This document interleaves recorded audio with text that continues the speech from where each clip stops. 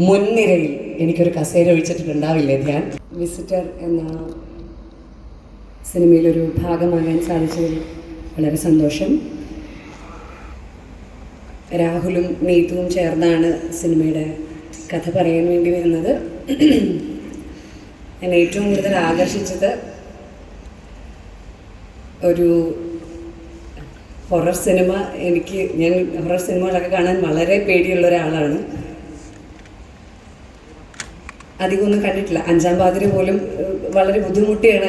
അത് ഹൊറർ ജോൺറയാണോ എന്ന് പറയാൻ പോലും കഴിയില്ല. എന്നാലും സിനിമകളൊക്കെ വളരെ ബുദ്ധിമുട്ടി എന്താ പറയുക, കാണണം എന്നുള്ള ആഗ്രഹം ഉണ്ടെങ്കിൽ പോലും കുറേ ചെവിയിൽ എയർപോർട്ടൊക്കെ വെച്ച് എന്തെങ്കിലും ഭക്ഷണമൊക്കെ കഴിച്ച് അങ്ങനെയൊക്കെയാണ് ഞാൻ ഹൊറർ സിനിമ കാണുന്നത്.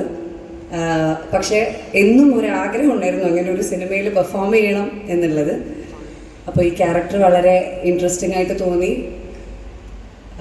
അപ്പം അങ്ങനൊരു ട്രയലാണ്. എനിക്ക് വളരെ ടഫായിട്ടുള്ളൊരു ക്യാരക്ടറാണ്. I try my level best to do justice to it. And thank you Gafurka for taking an initiative to produce a movie like this with a lot of newcomers in it. And thank you so much Diliveta for being here. എല്ലാ കാലത്തും ദിലീപേട്ടനോട് ആദ്യത്തെ സിനിമയിൽ ഇഷ്ടം എന്ന എൻ്റെ സിനിമയിലൂടെ ഞാൻ cinema രംഗത്തേക്ക് വന്നപ്പോൾ ദിലീപേട്ടൻ്റെയും കൂടി ഒരു യെസ് കൊണ്ടാണ് എനിക്കിങ്ങനെ ഒരു ഭാഗ്യം ഉണ്ടായത്. അതുകൊണ്ടാണ് മുതുകുളം പോലുള്ളൊരു നാട്ടിൽ നിന്ന് ഇപ്പോൾ പേര് പറഞ്ഞാൽ അറിയാമെന്നുള്ളൊരു നിലയിലേക്ക് എത്തിപ്പെടാൻ സാധിച്ചത്. അപ്പോൾ അന്ന് ഞാൻ കാലുതൊട്ട് നമസ്കരിച്ചിട്ടാണ് ആദ്യം സിനിമ ഷൂട്ടിംഗ് തീർന്നപ്പോൾ ഞാൻ പോകുന്നത്. അന്ന് മുതൽ ഇന്ന് വരെയുള്ള ആ ബഹുമാനം എല്ലാ കാലത്തും അങ്ങനെ തന്നെ ഉണ്ടാവും.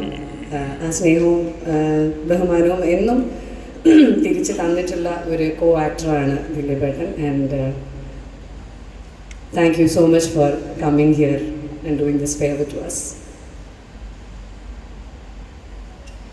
പിന്നെ ലിസ്റ്റിൻ ആൻഡ് സന്ദീപ് എനിക്ക് വളരെ ചെറുപ്പം തൊട്ട് എൻ്റെ ഫ്രണ്ടാണ്. പക്ഷേ അവൻ്റെ സിനിമയിലൊന്നും തന്നെ അഭിനയിക്കാൻ വിളിച്ചിട്ടില്ല. പക്ഷേ ഞങ്ങൾ ഭയങ്കര ക്ലോസ് ഫ്രണ്ട്സാണ്. ഇതുവരെ എനിക്ക് പറയാനുള്ളൊരു അവസരം കിട്ടിയിട്ടില്ല. അപ്പോൾ ഇനി നീ ആലോചിക്കണേ. ലിസ്റ്റിൻ ഞാൻ തിരിച്ചു വന്ന ഒരുത്തി എന്ന സിനിമയിൽ അതിൻ്റെ ഡിസ്ട്രിബ്യൂഷൻ്റെ ആവശ്യത്തിനാണ് ആദ്യമായിട്ട് ഞാൻ ലിസ്റ്റിനെ കോണ്ടാക്ട് ചെയ്യുന്നത്. അന്ന് വളരെ സ്നേഹത്തോടു കൂടി ആ ദൗത്യം ഏറ്റെടുക്കുകയും എന്നെ വളരെയധികം ഹെൽപ്പ് ചെയ്യുകയും ചെയ്തൊരു വ്യക്തിയാണ്. ശരിക്കും പറഞ്ഞാൽ വലിയൊരു കാലയളവിന് ശേഷം സിനിമയിലേക്ക് തിരിച്ചു വരുമ്പോൾ ഞാൻ വളരെ ന്യൂ ആയിട്ട് ചെയ്യുന്ന പോലെ തന്നെയാണ്.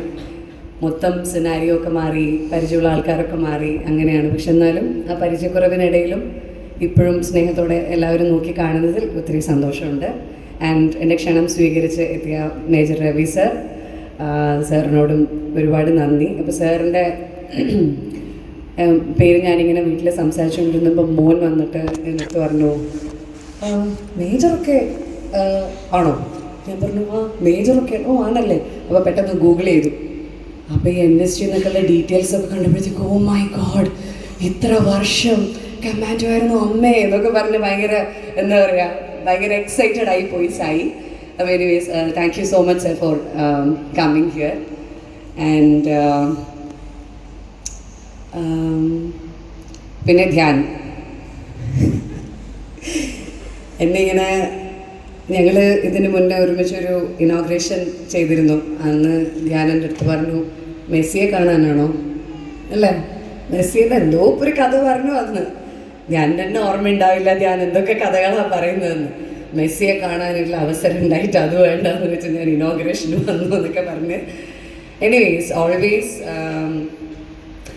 ഞാൻ എപ്പോഴും പറയാറുള്ള കാര്യം, ഞാൻ ഒരുപാട് ഇങ്ങനെ ഇൻ്റർവ്യൂസ് ഒന്നും വാച്ച് ചെയ്യുന്ന ഒരാളല്ല.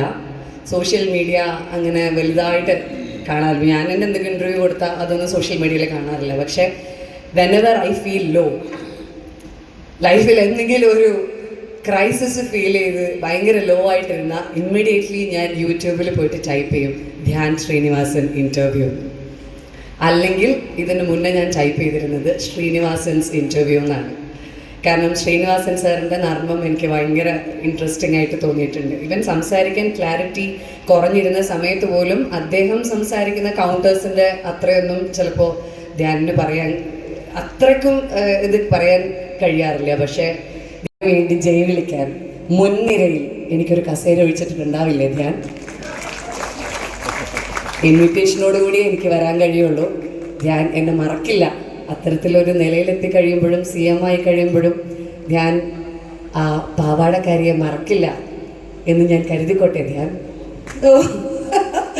അപ്പം എന്തായാലും അങ്ങനെ ധ്യാൻ CM ആകുന്ന ആ നല്ല ദിവസം ചാരിറ്റിയൊക്കെ ഒരുപാട് ചെയ്ത് CM ആകുന്ന ആ നല്ല നാളേക്ക് വേണ്ടി കാത്തിരുന്നുകൊണ്ട് നമുക്ക് തൽക്കാലം ഈ സിനിമയിൽ ഒന്നിച്ച് അഭിനയിച്ച് ചാരിറ്റി ചെയ്യുന്നതിനപ്പുറത്തേക്കുള്ള പൈസ ഗഫൂർക്കയ്ക്ക് വാങ്ങിക്കൊടുക്കാം എന്നുള്ള ശുഭാപ്തി വിശ്വാസത്തോടുകൂടി നിർത്തട്ടെ.